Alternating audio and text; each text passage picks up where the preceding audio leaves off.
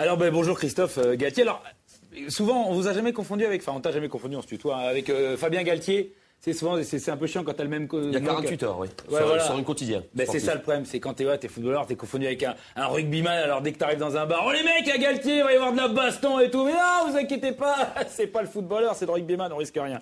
Donc voilà, donc c'est important quand même de le dire que toi c'est Christophe. Donc toi tu es de Marseille, hein, tu es minot. Alors je me suis un peu renseigné, tu es arrivé dans les années 80 à l'OM, un peu où il y avait Eric Dimeco, tout ça. Mais le vrai club qui t'a lancé, c'est le TFC. On peut le dire, les années TFC, la belle époque des Bancarel et tout ça. Et toi, t'en as vu, quoi. Ce mec, attends, il a connu Fabien Barthez avec des cheveux. Oui. Eh oui, putain, c'est impressionnant quand même. Tu te rappelles, c'était quand même un beau gosse. Hein, quand même, quand il avait, tu te rappelles. On peut voir la photo de Fabien Barthez à l'époque? Non, pas celle-là, l'autre. Pas celle-là. Voilà, celle-là, quand même. C'est pas la super classe. Veste en jean un peu, genre à l'ancienne un peu. Jean neige et tout, tu vois. Le beau gosse, quoi. Cheveux au vent. Bon, après, le problème, c'est que le vent a emporté les cheveux. Hein. Il est parti avec. Mais bon, tu vois, il se démerdait quand même, tu sais. Je sais pas, je pourrais te rappeler, il lui restait 12-13 cheveux, mais il faisait une espèce de brushing un peu bizarre. Puis après, vite, il a lâché l'affaire, hein, parce que sinon, tu vois, Laurent Blanc, il aurait fait la bise à des implants. Ça aurait été beaucoup moins bien. Donc t'as connu, à l'époque, il n'y avait pas que Fabien Barthez, il y avait quand même des bêtes de beaux gosses, parce qu'il y avait Mika Debev. On peut voir l'image, Mika Debev, s'il vous plaît. Voilà. Et donc les oreillettes Dumbo et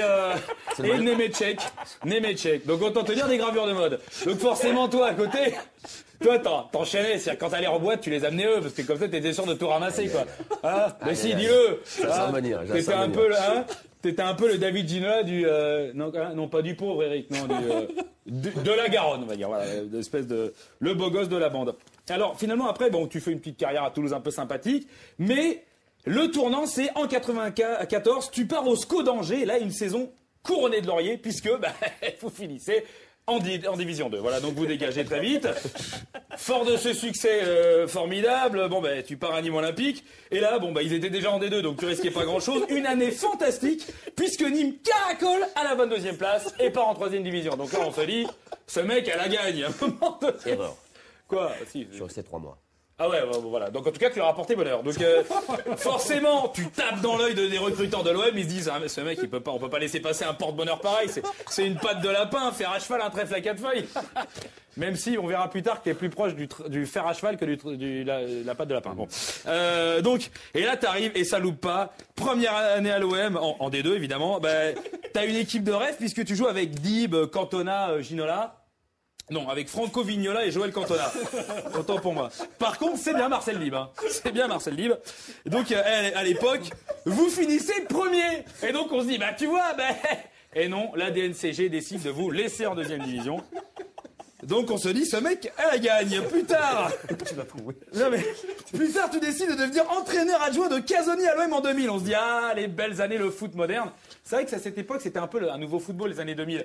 Il y avait un ballon, je sais pas si tu te rappelles, à chaque époque, il y avait un ballon. En 80, c'était le tango. En 90, c'était le etrusco. Et en 2000, c'était le gaillardo. Et c'est vrai que tu t'es pas gêné pour mettre 2-3 frappes enroulées dans le gaillardo.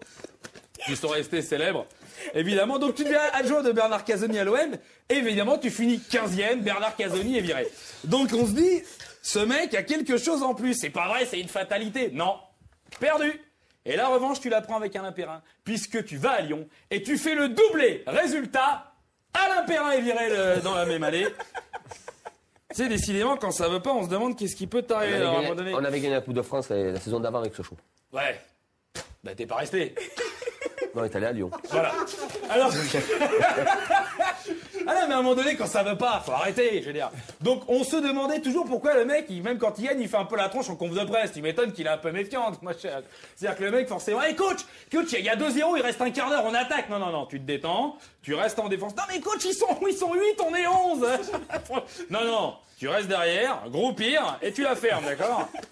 Donc c'est vrai qu'après, quand on sait ce que vous avez vécu, on peut comprendre que à côté, Buster Keaton, c'est Mary Poppins. Hein, on va pas se mentir, quand vous êtes en conf de presse, vous fouettez. Donc il n'y a rien que pour ça, la commission discipline vous blanchit parce que franchement, quand on a connu ce que vous avez connu, monsieur, on a du respect.